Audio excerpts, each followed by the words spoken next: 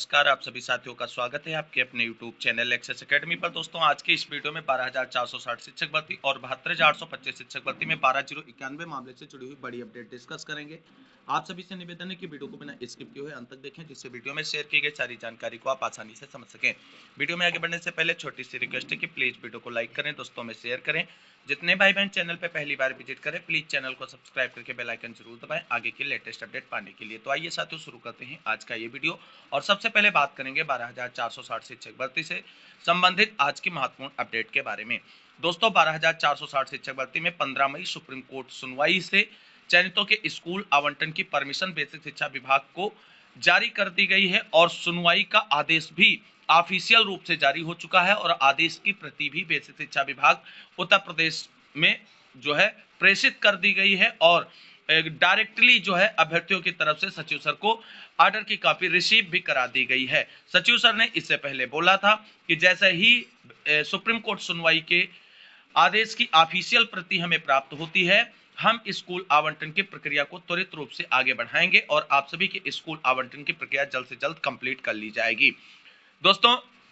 आप सभी लोग जानते हैं कि आज लगभग 3 दिन ऑर्डर आए हुए हो चुके हैं और अभी तक बेसिक शिक्षा विभाग को ऑर्डर प्राप्त भी हो चुका है, लेकिन स्कूल आवंटन की विज्ञप्ति को लेकर के अभी कोई ऑफिशियल जो है अपडेट बेसिक शिक्षा विभाग की तरफ से या सूचना नहीं जारी की गई है। हालांकि अभ्यर्थियों की तरफ से लगातार प्रयास है, लेकिन 3 दिनों से लगातार जो समय रहा,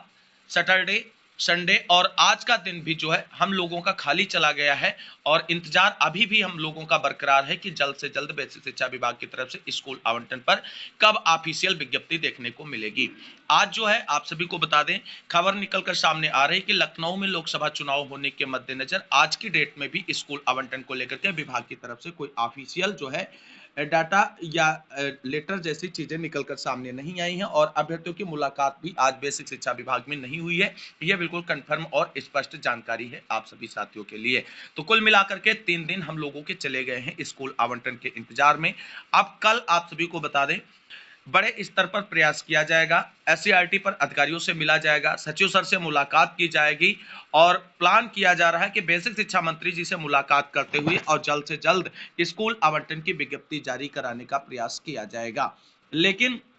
दोस्तों, इस समय मंत्री जी भी अपने लोकसभा चुनाव के कार्यक्रम में व्यस्त हैं। हमको केवल और केवल विभागीय अधिकारियों से मुलाकात कर, रिक्वेस्ट कर, अनुनय विनय कर जल्द से जल्द स्कूल आवंटन के लिए विज्ञप्ति जारी कराने का प्रयास करना है और इसी क्रम में कल सभी टीमों की तरफ से अपने अपने स्तर से प्रयास किया जाएगा कि जल्द से जल्द विभाग विज्ञप्ति जारी करे, स्कूल आवंटन का प्रोसेस आगे बढ़ाए। वहीं आप सभी को बता दें, लगातार ये चीजें भी कही जा रही हैं, सोशल मीडिया पर अभ्यर्थियों की तरफ से ही शेयर की जा रही हैं कि लोकसभा चुनाव की आचार संहिता लागू होने की वजह से चयनितों का स्कूल आवंटन नहीं हो सकता है। दोस्तों, लोकसभा चुनाव की आचार संहिता कोई बाधा नहीं है अपने सबके स्कूल आवंटन की प्रोसेस में, लेकिन जिस तरीके से चीजें आप खुलकर सोशल मीडिया पर शेयर कर रहे हैं और डिस्कस कर रहे हैं कि इस डेट के बाद ही चयनितों का स्कूल आवंटन होगा। दोस्तों, सोशल मीडिया की सारी जानकारियां जो हैं बेसिक शिक्षा विभाग के अधिकारियों तक पहुंचती हैं और इस तरीके की चीजें सोशल मीडिया पर लिखने से आप सभी को बचना है और हम सभी को मिलकर के ये प्रयास करना है कि जल्द से जल्द बेसिक शिक्षा विभाग की तरफ से ऑफिशियल विज्ञप्ति जारी हो और चयनितों का स्कूल आवंटन हो। अगर चुनाव आयोग से परमिशन लेनी है आचार संहिता के मद्देनजर, तो वो हेडेक बेसिक शिक्षा विभाग उत्तर प्रदेश की है, हम सभी चयनितों की नहीं है। हम सभी चयनितों का केवल और केवल प्रयास होना चाहिए कि सचिव सर जल्द से जल्द ऑफिशियल विज्ञप्ति जारी करें। अब कल के प्रयासों का क्या परिणाम निकलकर सामने आएगा, क्या स्थिति क्लियर होगी स्कूल आवंटन को लेकर के, वो बहुत ही महत्वपूर्ण है और कल का दिन जो है वहां से चीजें बिल्कुल आप सभी लोगों के लिए क्लियर होती नजर आएगी कि बेसिक शिक्षा विभाग का रुख क्या है और किस तरफ वो स्कूल आवंटन की प्रक्रिया को लेकर के आगे बढ़ रहे हैं और क्या स्पष्ट स्थिति बन रही है, क्या चाहता है बेसिक शिक्षा विभाग स्कूल आवंटन को लेकर के। क्योंकि अभी तक तो बेसिक शिक्षा विभाग कह रहा था कि सुप्रीम कोर्ट का आदेश आ जाए, हम त्वरित कार्रवाई शुरू करेंगे। अब स्कूल आवंटन के लिए सुप्रीम कोर्ट से परमिशन है, सुप्रीम कोर्ट का आदेश भी ऑफिशियली आ चुका है। अभ्यर्थियों के द्वारा रिसीव कराई गई प्रति को अगर आप नहीं एक्सेप्ट करते हैं तो एसजी मैम को भी ऑर्डर मिल चुका होगा, जो आप सभी को बाय मेल जो है मिल चुका होगा और अब आप सभी को भर्ती प्रक्रिया आगे बढ़ानी चाहिए। लेकिन अब हम सभी चयनित अभ्यर्थियों को हाथ पे हाथ रख करके नहीं बैठना है, कल से जी जान से प्रयास में जुट जाना है और स्कूल आवंटन की विज्ञप्ति जब तक ऑफिशियली नहीं जारी होती तब तक हम सभी लोगों को हाथ पर हाथ धर के नहीं बैठना है। दोस्तों, कुल मिलाकर के स्कूल आवंटन को लेकर के 3 दिनों में जो आप सभी लोगों का समय नष्ट हुआ है,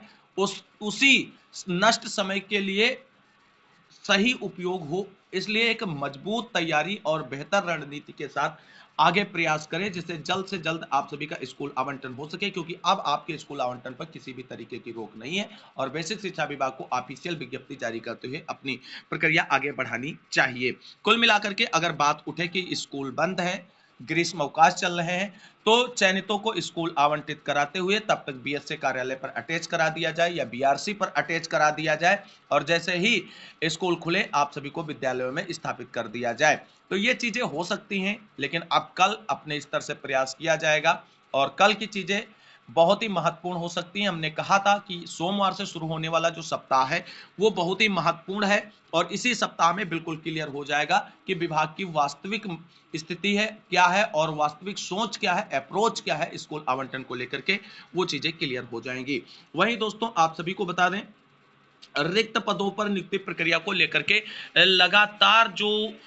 कोर्ट में याची बने हैं उनकी तरफ से पैसा कमाने के उद्देश्य से जो अचयनित है, जिनका सेकंड काउंसलिंग में चयन नहीं हो पाया कुछ ही पॉइंट से, उनके अंदर याची बनाने को लेकर के जो है कहीं ना कहीं फोर्स किया जा रहा है। लोगों के संपर्क में ये बात डाली जा रही कि सुप्रीम कोर्ट से याची लाभ मिलेगा 28 अगस्त की सुनवाई पर। तो कुछ साथियों के हमारे प्रश्न है कि अब याची बने तो लाभ मिलेगा या नहीं मिलेगा। एक पॉइंट यहाँ पे दोस्तों आपको समझना है कि बेसिक शिक्षा विभाग का जो प्रपोजल है जिसके बिहाफ पर सुप्रीम कोर्ट ने चयनितों के स्कूल आवंटन का आदेश दिया है, प्रपोजल में बिल्कुल क्लियर कहा गया है विभाग की तरफ से कि हम मेरिटोरियस स्टूडेंट को या कैंडिडेट को जो है नौकरी देना चाहते हैं और इसलिए हमें रिक्त पदों पर थर्ड काउंसलिंग कराने की अनुमति दी जाए। हालांकि सुप्रीम कोर्ट ने अभी मामले को निस्तारित नहीं किया है और अनुमति नहीं दी है बेसिक शिक्षा विभाग को। इसलिए आप सभी को बता दें, बेसिक शिक्षा विभाग की 100% बिल्कुल मंशा क्लियर है कि वो थर्ड काउंसलिंग कराते हुए 656 रिक्त पदों पर भर्ती प्रक्रिया आगे पूरी करेगा। वहीं याची लाभ मिलेगा या नहीं मिलेगा। दोस्तों, याची लाभ की अगर बात की जाए तो सुप्रीम कोर्ट ने कहा था कि कुल याचियों की संख्या काउंट की जाए, जिसमें हाई कोर्ट और सुप्रीम कोर्ट के याचियों की संख्या को एक साथ कंपेयर किया जाए और कंपेल किया जाए, फिर टोटल संख्या निकाली जाए। तो आप सभी ने देखा कि 656 रिक्त पद निकलकर सामने आए। केवल सुप्रीम कोर्ट में याचियों की संख्या जो है वो 800 के ऊपर है और 1000 से ऊपर जो है वो है आपके हाई कोर्ट में। तो इस तरीके से लगभग 3 गुने से ज्यादा याची बन रहे हैं सीटों के सापेक्ष। तो यहां पर दूसरा पॉइंट ये हो गया कि याची लाभ की संभावनाएं बिल्कुल कम है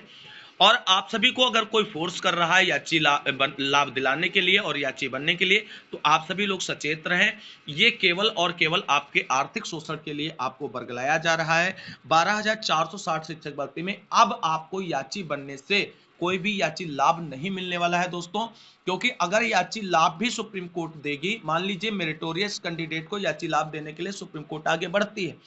तो 9 मई से पहले जितने लोग सुप्रीम कोर्ट की शरण में थे उन्हीं को याची लाभ दिया जाएगा और उसके बाद वाले किसी भी अभ्यर्थी को याची लाभ नहीं दिया जाएगा। फिलहाल पहला पॉइंट क्लियर कट है कि याची लाभ की संभावना ही नहीं बन रही है 12,460 शिक्षक भर्ती में और याची लाभ के लिए कोई भी अभ्यर्थी अब किसी भी जगह पर, चाहे हाई कोर्ट हो चाहे सुप्रीम कोर्ट हो, कहीं पर याची ना बने। केवल अपना समय और पैसे का बर्बादी करेंगे आप अगर चंदा चोरों से और याची गैंग से जुड़ेंगे तो। क्लियर कट बात यह है कि विभाग थर्ड काउंसलिंग कराने के लिए पैरवी करेगा सुप्रीम कोर्ट में। और एक बात ध्यान रखना कि मेरिटोरियस कैंडिडेट को नौकरी देने के लिए सुप्रीम कोर्ट भी प्रतिबद्ध है, बेसिक शिक्षा विभाग भी प्रतिबद्ध है। ऐसे में थर्ड काउंसलिंग के 95% चांसेस हैं, 5% केवल बहुत माइनर चांसेस हैं कि याची लाभ दे दिया जाए मेरिटोरियस कैंडिडेट को, वरना याची लाभ की कोई संभावना नहीं। और वो भी उन्हीं याचियों, अगर याची लाभ बनता है तो उन्हीं याचियों को याची लाभ दिया जाएगा जो 9 मई से पहले सुप्रीम कोर्ट या हाई कोर्ट में याची बने हैं। हालांकि उनकी संभावनाएं बिल्कुल नगण्य है क्योंकि याचियों की संख्या काफी है, इसलिए याची लाभ की संभावना इस भर्ती में नहीं बन रही है। थर्ड काउंसलिंग के लिए तैयारी आप सभी लोग करके रखें और अगस्त की डेट में मामला निस्तारित करते हुए रिक्त पदों पर थर्ड काउंसलिंग कराने का जो है आदेश जारी किया जा सकता है सुप्रीम कोर्ट की तरफ से। फिलहाल विभाग के अधिकारियों से जो थर्ड काउंसलिंग का इंतजार कर रहे हैं उन अभ्यर्थियों को मुलाकात करते हुए मजबूत पैरवी 28 अगस्त में कराने का प्रयत्न करें, जिससे स्कूल आवंटन की तरह रिक्त पदों पर थर्ड काउंसलिंग कराते हुए भर्ती प्रक्रिया पूरी करने का आदेश सुप्रीम कोर्ट की तरफ से मिल जाए और सभी याचिकाओं को डिस्पोज ऑफ कर दिया जाए सुप्रीम कोर्ट से और मामला बिल्कुल फिनिश हो जाए और भर्ती नीट एंड क्लीन सबमिट हो जाए कंप्लीट होते हुए। तो दोस्तों ये 12,460 शिक्षक भर्ती से आज की जुड़ी महत्वपूर्ण खबर थी। अब बात कर लेते हैं 72,825 शिक्षक भर्ती में 12,091 से जुड़ी हुई आज की बड़ी अपडेट के बारे में। दोस्तों जैसा कि आप सभी लोग जानते हैं 72,825 शिक्षक भर्ती में 12,091 लिस्ट पर हाईकोर्ट के सिंगल बेंच से अभ्यर्थियों की नियुक्ति का आदेश सरकार को दिया गया था, लेकिन सरकार ने हाईकोर्ट के सिंगल बेंच के आदेश को डिवीजन बेंच में चैलेंज किया। डिवीजन बेंच से अभ्यर्थियों को बड़ा झटका लगा और सरकार की अपील को अलाउ करते हुए लिस्ट जो है उस पर नियुक्ति प्रक्रिया के सिंगल बेंच के आदेश पर पूर्ण विराम लगा दिया गया था। हाईकोर्ट के डिवीजन बेंच से हारने के बाद अभ्यर्थी सुप्रीम कोर्ट गए। सुप्रीम कोर्ट में 5 से 6 एसएलपी फाइल की गई और 3 एसएलपी को पहली ही डेट में बिना सुनवाई के सुप्रीम कोर्ट की तरफ से खारिज कर दिया गया था। और उसके बाद आप सभी को बता दें अभ्यर्थियों ने हार नहीं मानी और एक बार फिर से वो उसी बेंच में अपने मैटर को सुनवाई के लिए लिस्टेड कराते हैं, जहां से उन्हें हाई कोर्ट से मामला डिसाइड कराने को जो है डायरेक्शन मिला था नागरत्ना मैडम की। नागरत्ना मैम की बेंच में जो 17 मई को सुनवाई हुई थी उस सुनवाई का आदेश आ चुका है। आदेश में क्या चीजें निकलकर सामने आई हैं बिल्कुल क्लियर कर दिया है पूरे मैटर को, तो आप सभी लोग यहाँ पर देख सकते हैं। तो दोस्तों यहाँ पर आप सभी लोग देख सकते हैं कि ये वो आर्डर है जो 72,825 शिक्षक भर्ती में 12,091 मामले को लेकर के 17 मई की सुनवाई में रिलीज हुआ था। तो सुप्रीम कोर्ट में आइटम नंबर 23 और कोर्ट नंबर 11 में मामले को सुना गया था। Special leave petition diary number 19,928 आप 2024 है और ये पूरा डिटेल यहाँ पर दिया हुआ है। यहाँ पे आरती मिश्रा एंड अदर्स के नाम से याचिका फाइल की गई थी और इसमें सेक्रेटरी बेसिक शिक्षा परिषद उत्तर प्रदेश एंड अदर्स को रिस्पोंडेंट बनाया गया था। यहाँ पर आप सभी लोग देख सकते हैं कि 17/5/2024 this petition was called on for hearing today और ये कोरम जिसमें सुना गया honourable mister justice B V Nagarathna और honourable mister justice Augustine George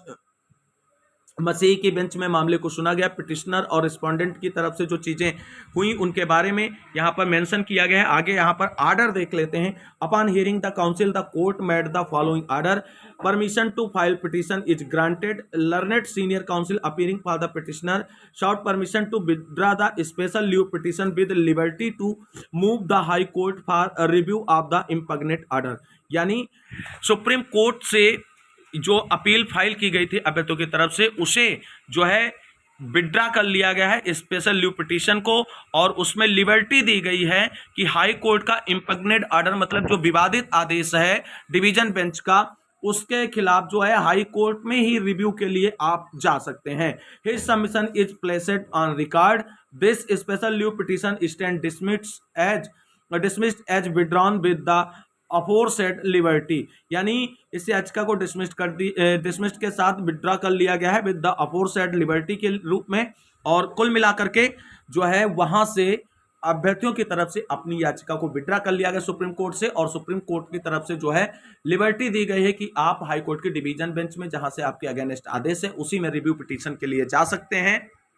तो दोस्तों यहां पर आप सभी लोग देख सकते हैं कि 12,091 के साथियों आर्डर आ गया है। मैंने अचरसा जो बताया था सेम टू सेम वही आर्डर में लिखकर आया है। Senior advocate N Venugopal Gowda के कहने पर जस्टिस नागरत्ना ने 12,091 को लिबर्टी ऑब्जर्वेशन के साथ हाई कोर्ट में रिव्यू में जाने का आर्डर दिया है और सुप्रीम कोर्ट की एसएलपी को लिबर्टी देते हुए डिसमिस एज विड्रॉ कर दिया है। तो दोस्तों कुल मिलाकर के अब आप सभी को बता दें रिव्यू पिटीशन फाइल की जाएगी हाई कोर्ट के डिवीजन बेंच में जहां से अभ्यर्थियों के अगेंस्ट में आदेश आया था। तो कुल मिलाकर के एक बार फिर से 12,091 की उम्मीदें जो हैं हाई कोर्ट के डिवीजन बेंच में आकर के टिक गई हैं। क्या रिव्यू पिटीशन में अभ्यर्थियों को राहत मिलेगी या एक बार फिर से उसी तरीके से बड़ा झटका लगेगा, ये आगे बहुत ही महत्वपूर्ण होगा सुनवाई के दौरान और अभ्यर्थियों के हित में क्या फैसला लेती है हाईकोर्ट की डिवीजन बेंच अपने रिव्यू पिटीशन सुनवाई में, वो चीजें बहुत महत्वपूर्ण होंगी। तो आज की इस वीडियो में बस इतना